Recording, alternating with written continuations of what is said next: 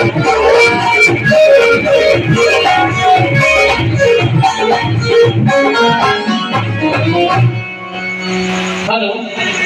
मेरा नाम रोहित दीक्षित है और मैं यही नजदीक सरेनी का निवासी हूँ। मैं कोई गायक नहीं हूँ, बस ये है कि बाबा की कृपा है थोड़ी हम पर भी।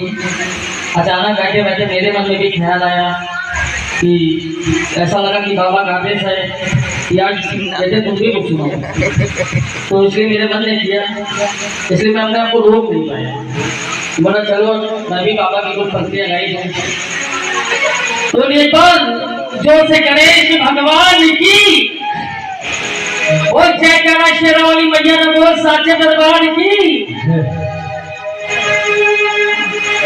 नाम मिटा तेरे डंका बाजे जग जने कल्याणी, कोई कहे तुझे जगदम्बा,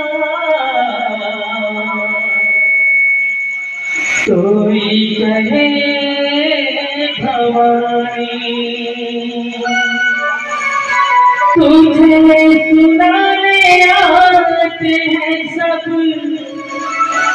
अपनी मधुर कहानी, अपनी ममता का अमृत छलका दे